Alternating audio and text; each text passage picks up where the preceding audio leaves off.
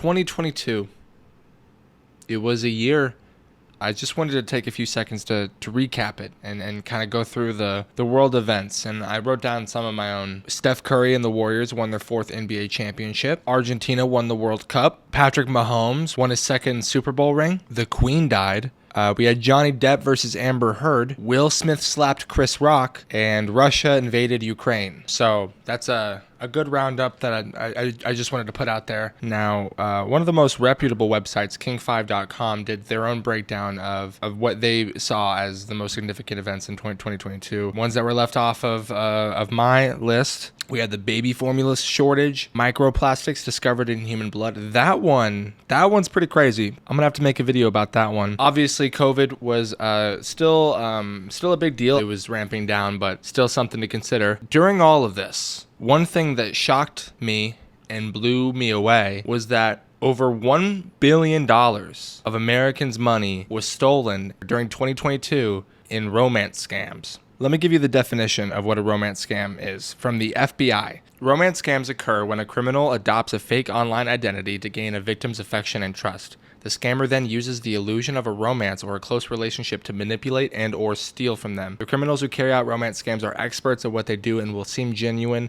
caring, and believable. Con artists are present on most dating and social media sites. So that's how the FBI identifies romance scams. And this shit is prevalent. To be exact, over $1.3 billion was lost from over 73,000 Americans. 73,000 people inside the United States had money stolen from them. And if you want to break down the specific details here, an estimated 72,806 people fell victim to romance scams in 2022, a 10% decrease from 2021. So that means more than 72,806 people dealt with a romance scam in 2021. It's wild. The states with the highest rates of romance scams are Washington, D.C., with 37.36 romance scams per 100,000 people, Oregon, 31.5 per 100,000 people, Maryland, 31.2, Alaska, 30.1, Washington State, 30.2. In total dollars that were lost per state, we have California, then we got my home state of Texas, then we have Florida with 5,400 and New York with 4,100. Here's a total breakdown of the U.S. if you want to pause here or something. And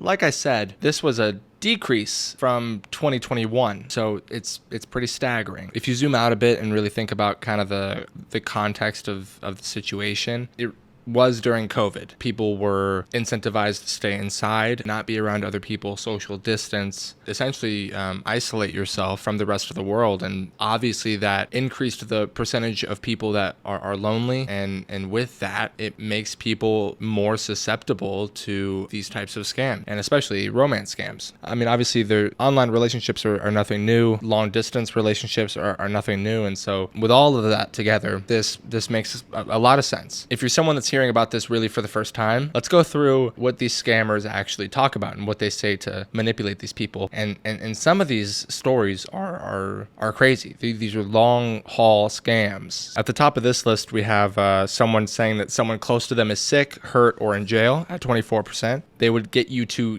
give them money to learn how to invest. They're in the military far away and need funds. We've never met, but let's talk about marriage. And you can trust me with your private pictures. You also see reports of people losing over $250,000 to these romance scams and $100,000. And this shit happens all the time. For example, here, the headline of this article reads, "My ex-husband ran a $75,000 credit card scam that robbed me of my life savings." And so it's very scary. These types of stories, it makes you a little nervous about the state of humanity. So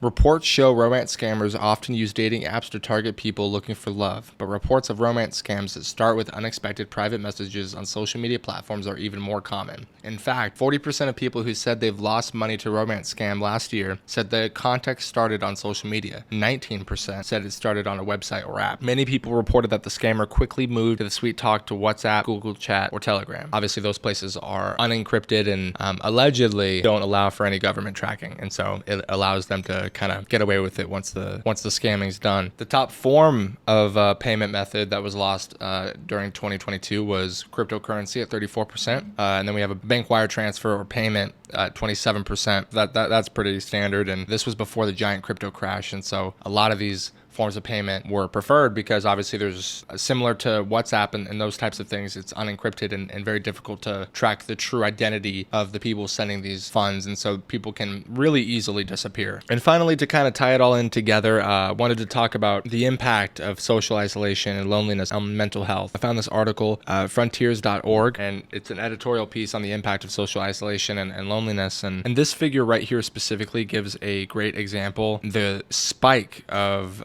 increased loneliness and social isolation, obviously whenever COVID was introduced in 2020, when you're supposed to be isolated and alone for that extended period of time, it wears on you. It definitely does. And a lot of people can relate to even the social anxiety that comes from being around people again, or talking to people again, or how to even have like normal conversations after you were essentially trained to not be around other people, or there's a big chance you would die. But the key takeaway of this article is this: overall, the pandemic and its associated consequences for health and well-being may have highlighted the critical need for being around other people and being meaningfully connected to others around us. A deeper knowledge of loneliness and social isolation is required to allow us to better understand their impact on mental health and well-being. And so there will be studies that continue to come out as we get a little further and further away from the pandemic. And so I say all of that to say this: obviously, don't be lonely. Get out there, talk to people, socialize, but be careful, because there are some motherfuckers out there. So good luck to you. I just wanted to give that information. I hope everyone has a good rest of your week. I will catch you